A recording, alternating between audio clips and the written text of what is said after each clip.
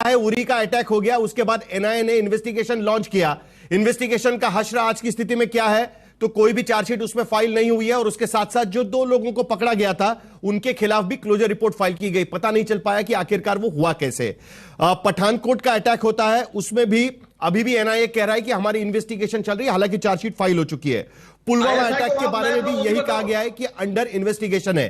क्या कारण है कि अभी तक इन सारे हमलों की इन्वेस्टिगेशन चल रही है और इसीलिए कहीं ना कहीं विपक्ष ये सवाल उठा रहा है कि भाई आखिरकार हुआ कैसे, उसका भी जवाब चाहिए। 6 दिन हो गए, यह विपक्ष का सवाल है। प्रदीप भंडारी।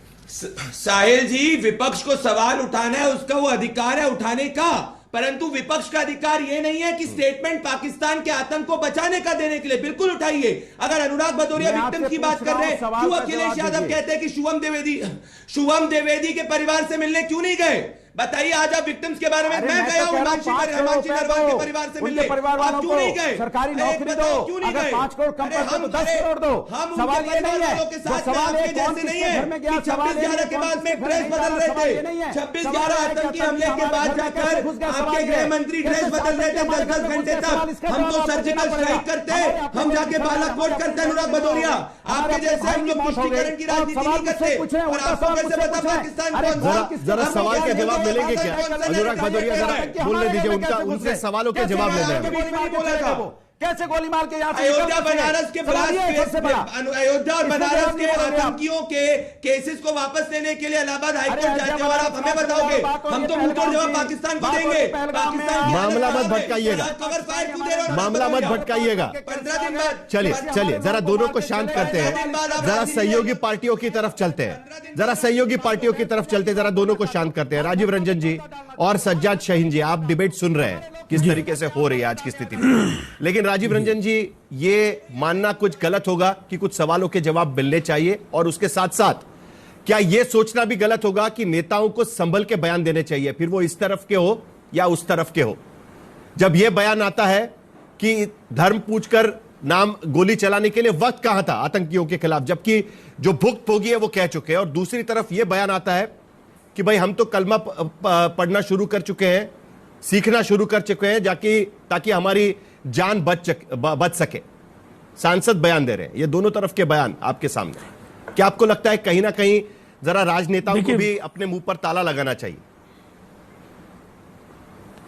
साहिल जी, राजनेताओं के बयानों से निसंदेह आज मानवता शर्मसार हो रही है।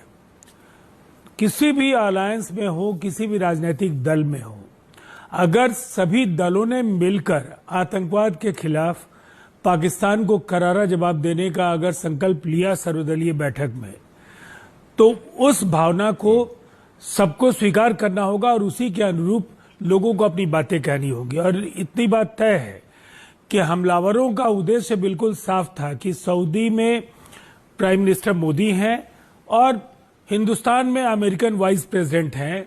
कश्मीर के उस पूरे प्रकरण को इंटरनेशनलाइज करने के लिए इस मौके का इस्तेमाल किया गया और उसके बाद ये भारत की आत्मा लहूलुहान हुई है। ये 26 केवल मौतें नहीं हैं, भारत की संप्रभुता पर हमला है ये।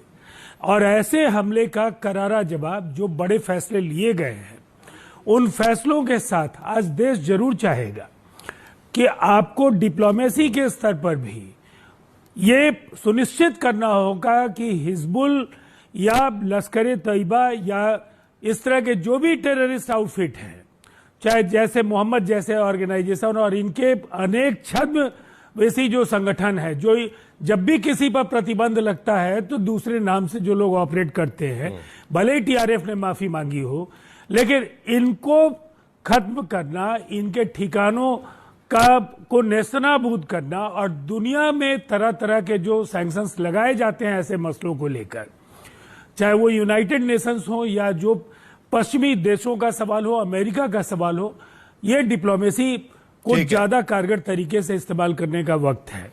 और मुझे ऐसा लगता है निसंदेह बयानों को लेकर के थोड़ी संजीदगी बरतनी चाहिए। ये बहुत ही भावनात्मक क्षण है। पूरा देश आज आतंकवाद के खिलाफ एक प्रचंड प्रहार की अपेक्षा कर रहा है और ऐसे में सबको एक ही जुबान बोलनी चाहिए। एक ही जुबान में बात होनी चाहिए। इसीलिए कहीं ना कहीं बार बार यह कहा जा रहा है कि जरा संभल के जब बयानबाजी करते हैं तो उसका असर लोगों पर क्या होता है, माहौल बिगड़ सकता है, इसके बारे में भी सोचने की जरूरत है। इसीलिए हम चलते हैं जम्मू एंड कश्मीर में, क्योंकि आज वहां पर विशेष सेशन बुलाया गया था। सज्जाद शाहीन जी, क्या आपको लगता है कि देश में माहौल बिगाड़ने की कोशिश हो रही है? आज पहली बार हम देख रहे हैं कि कश्मीर घाटी में सारे के सारे लोग सड़क पर उतर आए, कह रहे हैं कि आतंकवाद नहीं चाहिए हमें, यह हमारा इस्लाम नहीं है। और दूसरी तरफ जिस तरीके से बाहर बयानबाजी हो रही है, उसके वजह से जो आतंकियों को चाहिए था कि देश का माहौल बिगड़े, उस तरीके का माहौल आपको नजर आता है? इन बयानों पर कहीं ना कहीं रोक लगाने की जरूरत आपको महसूस हो रही है? सज्जाद जी। देखें, सबसे पहले तो मैं इस जो घटना घटी है 22 अप्रैल को बैसरन पहलगाम में, जिसमें 26 हमारे जो निर्दोष हमारे बहनें, हमारे भाई, बुजुर्ग जो थे, उनमें से कई लोगों के जो है वो जानें चली गई हैं। तो एक तो हम उसकी ज़बरदस्त अल्फाज में उसकी मजम्मत करते हैं और ये बहुत ही निंदनीय घटना है, और जिसमें जितनी भी ज़्यादा इसकी निंदना की जाए वो कम है। और दूसरा, मैं इस सारे वाक़े को, इस इंसिडेंट को मैं दो तरह से देखता हूँ। एक, जो ये एक्ट ऑफ टेररिज्म का था जो यहाँ पे हुआ, ये 2-3 इसके पीछे मोटिव्स थे। एक मोटिव तो ये था कि कश्मीर का जो एक अमन की तरफ 2024 के जो इलेक्शन थे असेंबली के, उसमें जिस तरह से 35 साल के बाद इतना मैसिव पार्टिसिपेशन हुआ और लोग बहुत बड़ी संख्या में वोट डालने को आए, एक तो वो उस चीज़ को हजम नहीं हो रहा था, और दूसरा यहाँ का टूरिज्म जो है वो बहुत बूम पे था। अभी हालांकि टूरिस्ट का सीज़न जो है अभी शुरू हुआ है, लेकिन बूम इस कदर था कि हर जगह पे होटल्स जो थे ऑक्यूपाइड थे, वैकेंसी नहीं थी।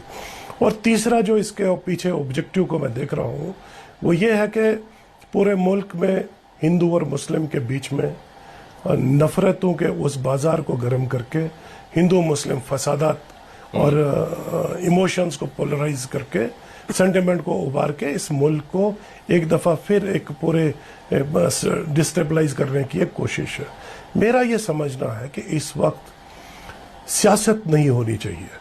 जैसा कि आपने देखा आज रियासत जम्मू कश्मीर में असेंबली का एक सेशन सियासत नहीं होनी चाहिए, और उस सेशन में सज्जाद जी कह रहे हैं सियासत नहीं होनी चाहिए। जल्दी से अनुराग भदौरिया, आपकी कमेंट।